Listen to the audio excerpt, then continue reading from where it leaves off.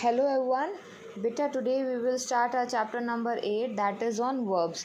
तो आज हम अपना चैप्टर नंबर 8 स्टार्ट करेंगे जिसमें हम किसके बारे में जानेंगे, वर्ब्स के बारे में। तो फर्स्ट ऑफ ऑल बेटा you should know what is verb. Verb होती क्या है, definition, how will you define verb. आप वर्ब को कैसे डिफाइन करोगे, कैसे बताओगे कि वर्ब है क्या। हिंदी में आप कह देते हैं क्रिया, ठीक है, क्रिया। अब क्रिया क्या है, एक ऐसा शब्द यानी वर्ब क्या है, एक ऐसा वर्ड जो आपको बताता है कि कोई एक्शन हुआ है, कोई काम किया गया है। ऐसा word that explains you that one and work some work is done, ठीक है।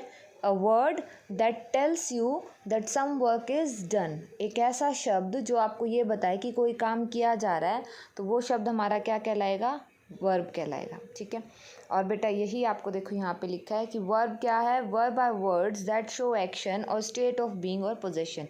वर्ब क्या है, वो वर्ड्स हैं जो एक्शन दिखाते हैं, स्टेट ऑफ बीइंग यानी कोई चीज़ कैसी है वो बताते हैं, या फिर पोजीशन अपना हक दिखाते हैं, ठीक है। जैसे अगर हम एक्शन की बात करें, डूइंग की बात करें, तो देखो जैसे इसमें गेमा एंड बनी लिव टुगेदर, क्या करते हैं, दोनों एक साथ रहते हैं। एंड दे ईट टुगेदर, क्या कैसे खाते हैं दोनों, दे ईट टुगेदर, वो एक साथ खाना खाते हैं। तो यहाँ पे वर्ब क्या कर रहा है, काम कर रहा है। लिव मतलब रहना, ईट मतलब खाना, यानी कोई एक्शन किया जा रहा है, कोई काम किया जा रहा है। तो ये हो गई कि वर्ब आपको क्या बताएगा, डूइंग बताएगा, कोई काम किया गया। दूसरा वर्ब बीइंग बताएगा कि किस तरह का एक पर्सन या चीज़ है। जैसे अगर मैं बोलूँ ही इज़ टॉल, वह कैसा है, लंबा है, तो ही इज़ टॉल, यहाँ पे इज़ क्या हो गया आपका, बीइंग वर्ब। इसी तरह से इट इज़ अ टेबल, मैं किसी टेबल की तरफ इशारा करके कहूँ आपको इट इज़ अ टेबल, तो वो क्या है, एक टेबल है। तो आप इससे आपको क्या पता चलता है, वो चीज़ है क्या, तो उसके बीइंग का पता चलता है वो है क्या। इसी तरह से पोजेशन की बात करेंगे तो पोजेशन में क्या आता है कि हमें ये पता चल जाता है कि उसके पास क्या है, पर्सन के पास क्या चीज़ है। जैसे दे हैव अ बॉल, उनके पास एक बॉल है। जैसे मैं बोलती हूँ आई हैव अ पेन, मेरे पास एक पेन है, तो ये क्या आ जाता है, पोजेशन। तो हैव, हैज़, हैड, इस तरह के वर्ड्स आपके पोजेशन में आते हैं। यहाँ पे आपको देखेंगे टॉपअप में आपको बताया गया है कि बीइंग वर्ब में कौन कौन से आते हैं, is, am, are, was, were, will be और शेल बी, ये आपके बीइंग वर्ब में आते हैं। वहीं पोजेसिव वर्ब की बात करेंगे तो has, have, had, will have and shall have, ये आपके किस में आएंगे, पोजेशन में, जो आपको ये बताएंगे कि आपके पास क्या चीज़ है। क्लियर।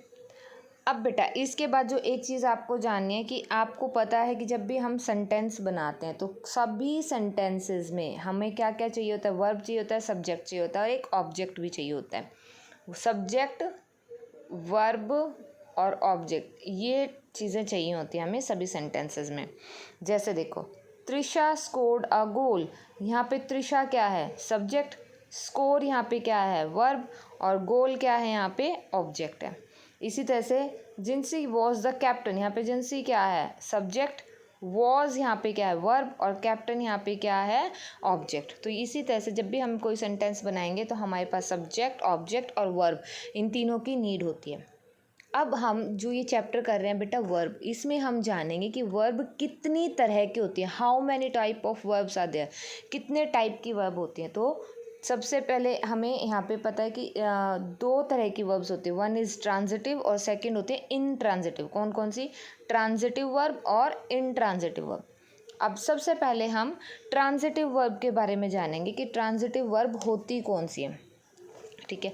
अब बेटा देखो अभी मैंने ऊपर आपको बताया कि सभी सेंटेंस में हमें सब्जेक्ट, वर्ब और ऑब्जेक्ट चाहिए होता है। तो इनट्रांजिटिव वर्ब कौन सी होती हैं, ऐसी ऑब्जेक्ट जिनको अपना मीनिंग कंप्लीट करने के लिए किसकी रिक्वायरमेंट होती है, ऑब्जेक्ट की। ऐसी वर्ब यानी इनट्रांजिटिव वर्ब क्या हुई, ऐसी verb, those verbs that needs objects to complete its sense, ऐसे वर्ब जिन्हें ऑब्जेक्ट्स की रिक्वायरमेंट होती है अपना सेंस कंप्लीट करने में, अपना मीनिंग कंप्लीट करने के लिए, उन्हें हम ट्रांजिटिव वर्ब कहते हैं।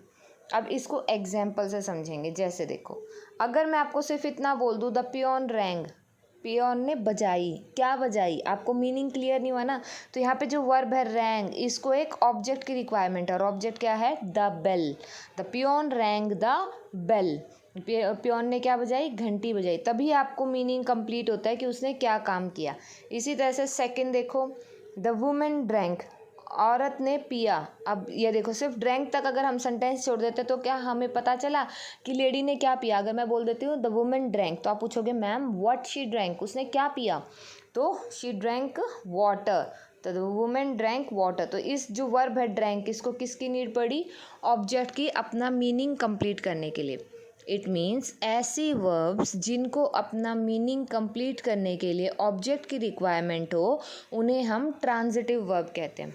एक नेक्स्ट एग्जांपल और देखें, द बॉय पुल्ड। अब देखो पुल्ड यहाँ पे वर्ब है, क्या पुल किया बॉय ने, हमें तो नहीं पता। अगर हम इतना सेंटेंस बोल देते हैं तो आप पूछोगे ma'am what did the boy do, क्या पुल किया उसने, तो उसका आंसर क्या है? The boy pulled the bucket. तो यहाँ पे जब द बकेट पूरा जब हम लगाया, द बकेट ऑब्जेक्ट यूज़ किया, तभी हमें इस सेंटेंस का मीनिंग क्लियर हुआ कि बॉय ने क्या किया। अब बेटा देखो, ये क्वेश्चन पढ़ने के बाद आपको, ये 3 सेंटेंसेस पढ़ने के बाद ये तो क्लियर हो गया होगा कि वर्ब के बाद कुछ वर्ब्स ऐसी होती है जिनको अपना मीनिंग क्लियर करने के लिए क्या चाहिए होता है? ऑब्जेक्ट चाहिए होता है, कोई ऑब्जेक्ट चाहिए होता है। अब आप इसको कैसे करेंगे? जब भी आपको ऐसा करना हो तो वर्ब से पहले आप पूछेंगे व्हाट या whom, ये 2 वर्ड लगाएंगे, व्हाट या whom, ये 2 वर्ड लगा के आप पूछेंगे क्वेश्चन। और अगर आपको आंसर नहीं मिलता है, ठीक है, जैसे अभी ये था द पियोन रैंक, इतना क्वेश्चन होता तो मैं पूछती व्हाट द पियोन रैंक, तो what did the peon rang, तो क्या आपको आंसर पता है? नहीं पता ना, तो ये कौन सी आ जाएगी? Transitive verb. जिसमें आंसर ना मिले वो आपकी ट्रांजिटिव वर्ब आती है, ठीक है। अभी हम कुछ एग्जाम्पल्स करेंगे साथ में। अब देखेंगे बेटा कुछ एग्जाम्पल्स। अब हम एक सेकेंड, यहाँ पे एग्जाम्पल्स देखेंगे ट्रांजिटिव वर्ब का। जैसे फर्स्ट है बेटा, Alex sent a post card. तो यहाँ पे वर्ब क्या है? सेंट। तो आप क्वेश्चन पूछेंगे what did Alex send, what did Alex send, Alex ने क्या भेजा। तो अगर हमें यहाँ पे इसका ये पोस्ट कार्ड की नीड है, अगर हम इस पोस्ट कार्ड को छुपा दे तो हमें आंसर नहीं मिल रहा।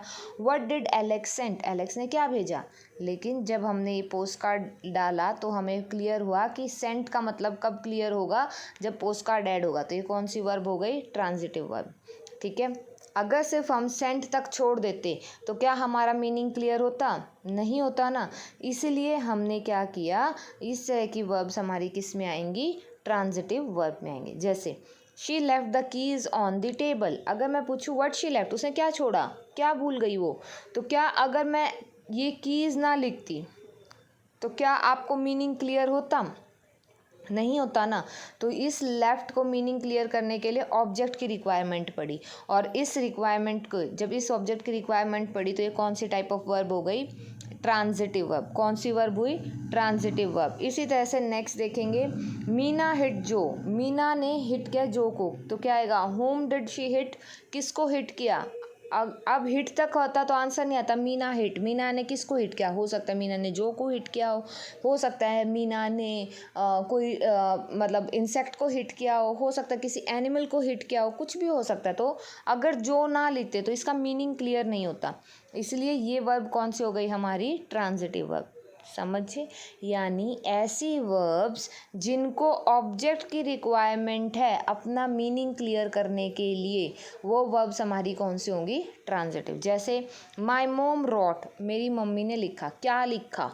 अब अगर सिर्फ रॉट तक लिख देते तो क्या लिखा हमें नहीं पता, रॉट तक होता तो इसका मतलब मैं ये सेंस कंप्लीट नहीं कर रहा।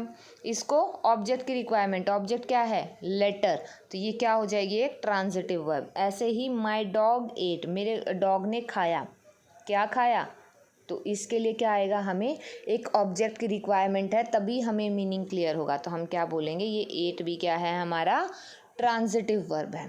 क्लियर? तो इसके साथ ये तो हुआ ट्रांजिटिव वर्ब का कंसेप्ट बेटा। अब हम नेक्स्ट करते हैं जो है आपका इनट्रांजिटिव वर्ब। अब बेटा देखें, जिस तरह से हमने ट्रांजिटिव वर्ब पढ़ा, अब इनट्रांजिटिव वर्ब उसका जस्ट अपोजिट होता है। इसको ऑब्जेक्ट की रिक्वायरमेंट नहीं होती है, ये बिना ऑब्जेक्ट के भी अपना मीनिंग क्लियर करता है। जैसे फ्रॉग्स क्रॉक, फ्रॉग ने क्रॉक किया, जो टर की आवाज़ होती है जो मेंढक निकालते हैं, तो मेंढक टर्राया, तो क्या हमें ऑब्जेक्ट की रिक्वायरमेंट हुई? नहीं हुई। तो ये कौन सी वर्ब हो गई? Intransitive verb. ऐसे ही कैट्स म्यू, जो कैट है बिल्ली, उसने जैसे साउंड निकाली म्याऊ जो आवाज़ होती है वो, तो क्या हमें इसमें ऑब्जेक्ट की रिक्वायरमेंट पड़ी? यहीं वर्ब तक, म्यू तक कंप्लीट हो गया मीनिंग। तो ये कौन सी हुई? Intransitive verb. The baby cried, बच्चा रोया, तो क्या हमें इससे आगे किसी मीनिंग की किसी ऑब्जेक्ट की रिक्वायरमेंट है? नहीं है ना, क्योंकि यहीं तक हमें पता चल गया कि बच्चा रोया। तो ये कौन सी वर्ब हो गई? इंट्रांजिटिव वर्ब, यानी ऐसी वर्ब्स जिनको ऑब्जेक्ट की रिक्वायरमेंट नहीं होती उन्हें हम इंट्रांजिटिव वर्ब कहते हैं। अब बेटा इसके साथ साथ हम कुछ और एग्जाम्पल्स देखते हैं इंट्रांजिटिव वर्ब के। अब बेटा यहाँ पे देखें कुछ एग्जाम्पल्स इंट्रांजिटिव वर्ब के। देखो, फर्स्ट वी लाफ्ड, हम हंसे, तो यहाँ पे मीनिंग क्लियर हो गया, हमें इसके ऑब्जेक्ट की रिक्वायरमेंट ही नहीं है। डैड स्माइल, कि जो डैड है उन्होंने स्माइल की, यहाँ से भी मीनिंग क्लियर है। ही वेप्ट, वह रोया, ठीक है। माई डॉग रैन, मेरा कुत्ता भागा। और नेक्स्ट लास्ट है आपका रिवर्स फ्लो, नदियाँ बहती हैं, ठीक है। तो ये जितनी भी अंडरलाइंड वर्ब हैं जैसे लाफ, स्माइल, वेप्ट, रैन, फ्लो, इनको किसी ऑब्जेक्ट की रिक्वायरमेंट नहीं हुई तो ये कौन से वर्ब हो जाएंगे? हमारी इंट्रांजिटिव वर्ब। तो इसके साथ बेटा जो आपका ट्रांजिटिव एंड इंट्रांजिटिव है इसका कंसेप्ट क्लियर होता है। अब आप इनको अच्छे से, इस वीडियो को अच्छे से देखेंगे और अपनी प्रैक्टिस कंटिन्यू करेंगे। अगर कोई प्रॉब्लम है, कोई डिफ़िकल्टी है, कोई कन्फ्यूजन है तो एक बार वीडियो को फिर से देखें और अपना कंसेप्ट क्लियर करें। Okay, beta. Thank you and have a nice day.